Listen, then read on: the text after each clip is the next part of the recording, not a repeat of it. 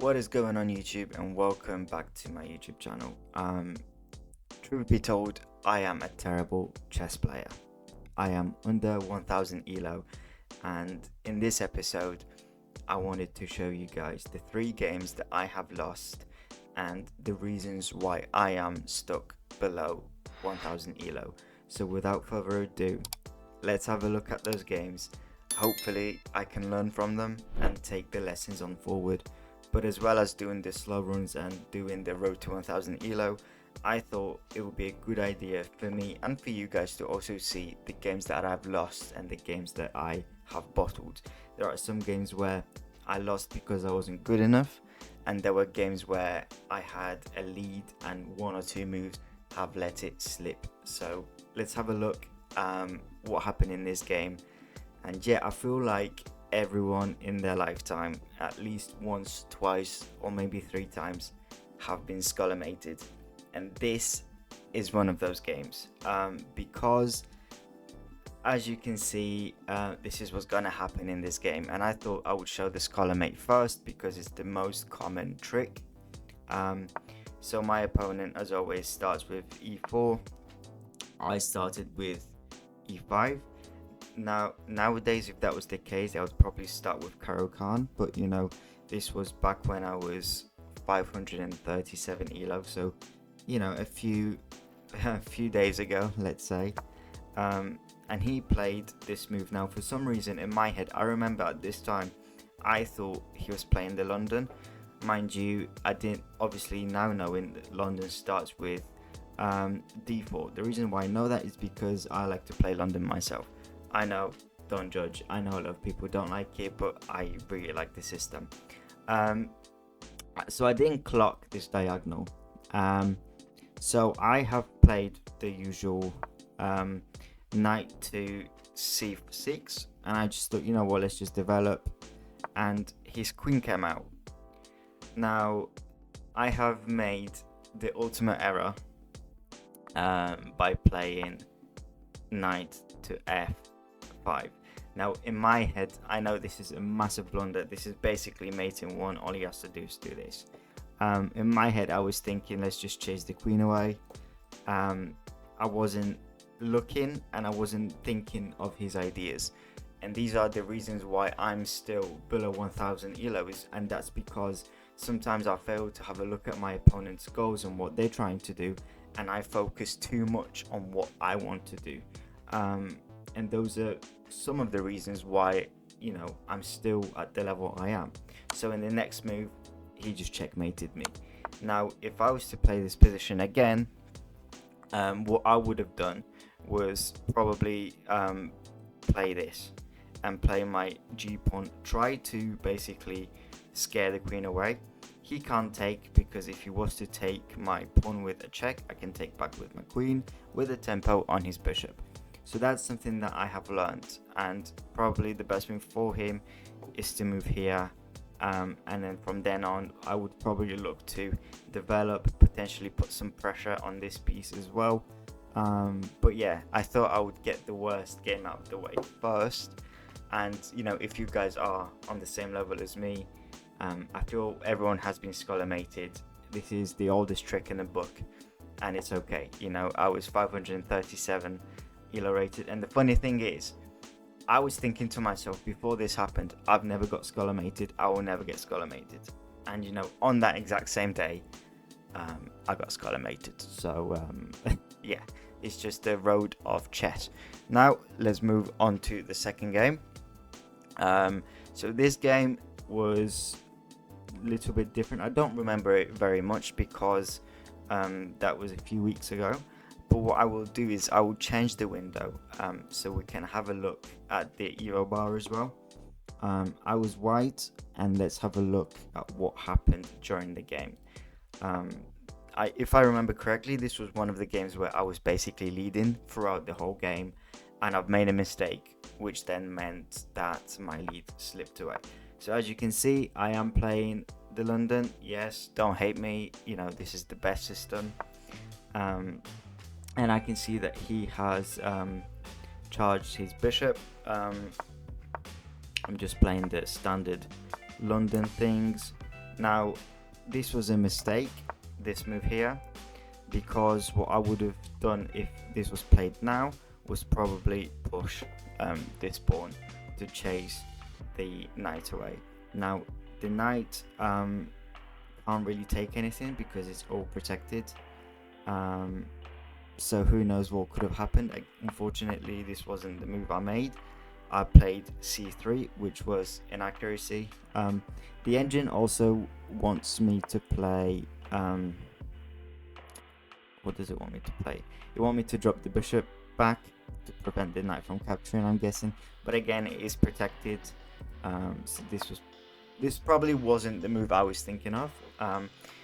So this is what I played. He castled. I dropped my bishop, and as you can see, my opponent is playing very slowly, and I'm not attacking his knight. And I wish I did this. So yeah, the game continued.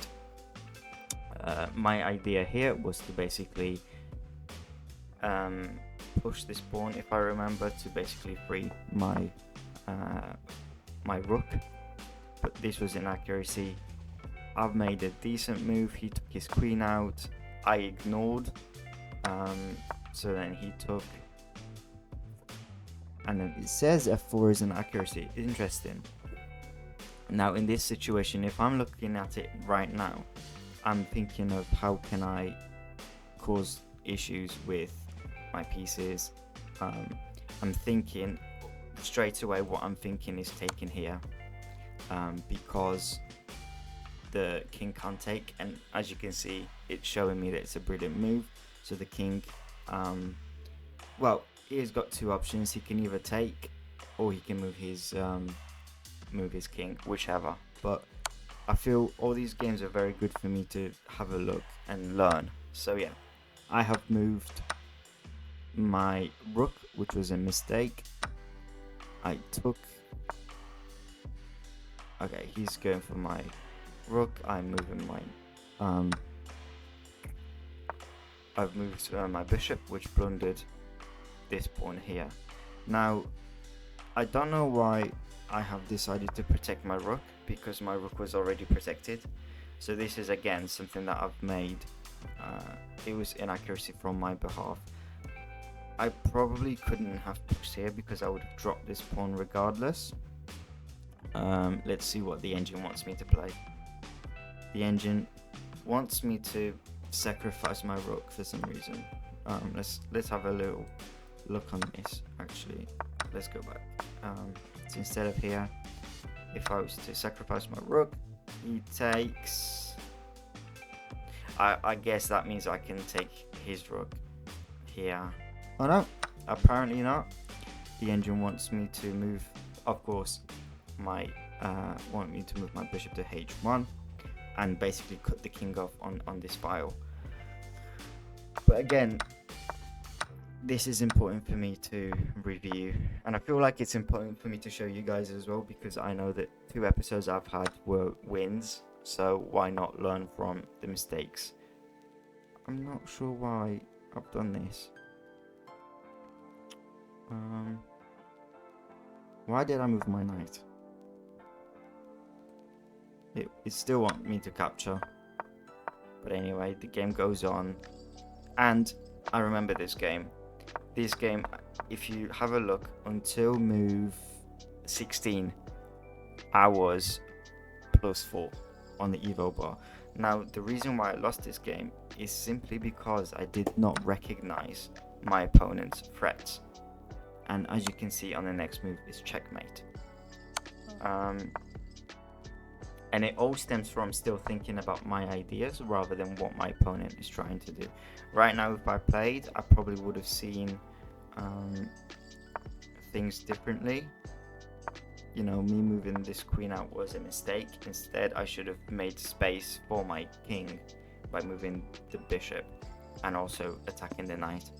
But unfortunately, I haven't done this, and this was another game that I lost by a checkmate when I was fully leading the game, and it's still one of the bad habits that I need to learn. I'm still not perfect. I'm still I'm only 600 odd elo, so I'm bound to make mistakes, but I think reviewing these games is very important for me. So yeah, it's just unfortunate because I was completely winning here, and a few mistakes have led me to lose this game completely. So yeah, it's just a part of the journey, I guess, but we will continue on to the third game and see basically how else I have bottled a win.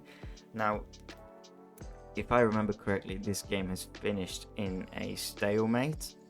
Let's just quickly go. Yeah, it was a draw. And I remember this game pretty well. So again, this was when I was 573 elo, so it's nothing to be ashamed of. I was with Black, playing the regular schmegular game. I believe, is this called the Italian game? Let me know, guys, if it is. If it's not, let me know what it is. It says here is Gioco Piano.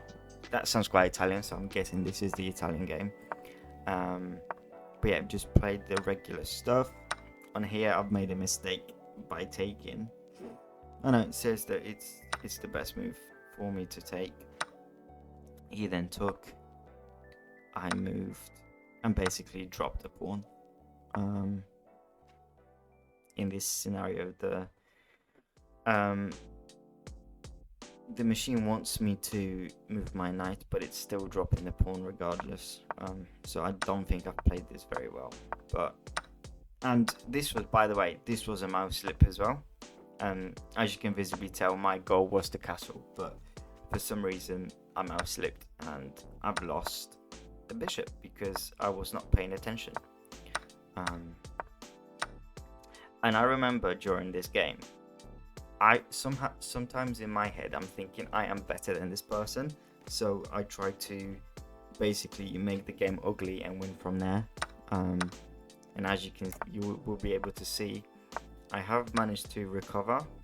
I've taken his queen, which at the time I thought if I take the queen away, it all goes down to pure skill and who's the better chess player, because I know a lot of people lower rated, they depend on their queens to deliver checkmates, and I know it because I do it myself.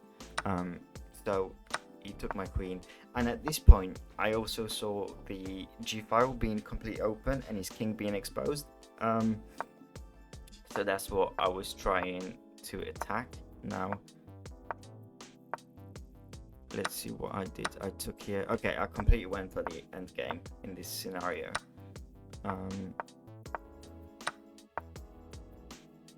And I have managed to bottle it somehow. Let's have a look. So I was completely winning. Well, I wasn't completely winning, but the game was, I was better here before I moved. He moved his, before I took the rook. So let's have a think, okay? Let's put ourselves in this situation. What would Oscar do in this current Oscar? What would he do? Now I'm scanning the board. I'm thinking about dropping the bishop here to attack the rook. I'm thinking about pushing my pawn. However, I know this is basically exposing my king furthermore. So let's just say, for the argument's sake, I'm not looking at the engine, by the way, but let's just say I do this, and yeah, that would have been a good move as well. Really, because if he takes, I can take here, and then his piece here is basically trapped because the only place he can go to is here. But unfortunately, I decided to take, and I lost excuse me, a lot of my advantage. So playing on, he took, which was a mistake from my end,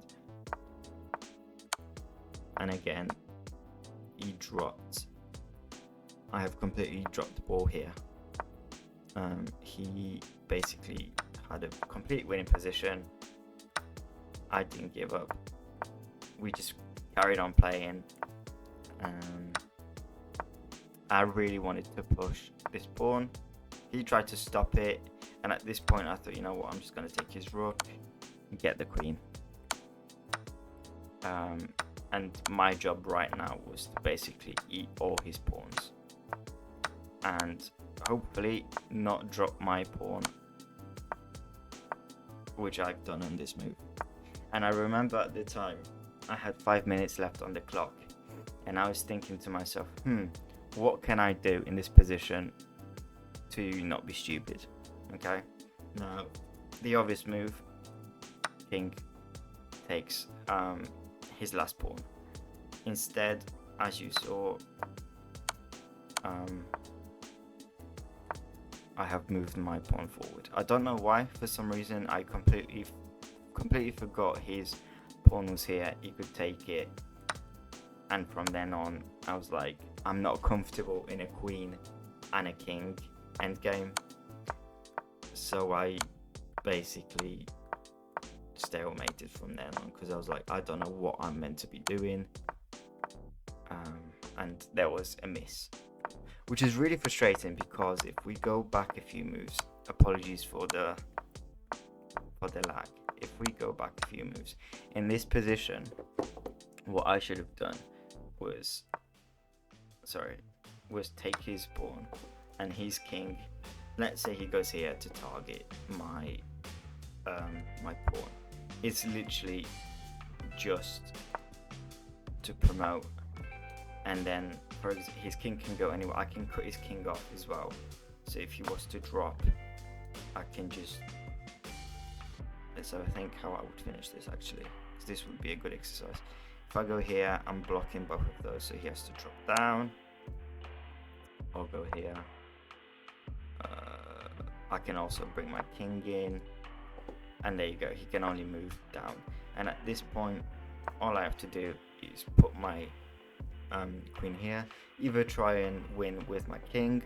However, I knew at the time I wasn't comfortable, so it's literally just a case of promoting the last pawn to a queen, and then, you know, finishing the game off with a back rank. Now can I do it? There you go. And then he moves here, and that's a checkmate. You know, so again, this game was really frustrating, because yes, I was in a losing position a lot of the times, but I knew and I felt in my heart that I could win, but unfortunately I didn't. So yeah, these are the 3 losses that I have found from my archives that I thought would be very good for me to look at and to show you guys as well.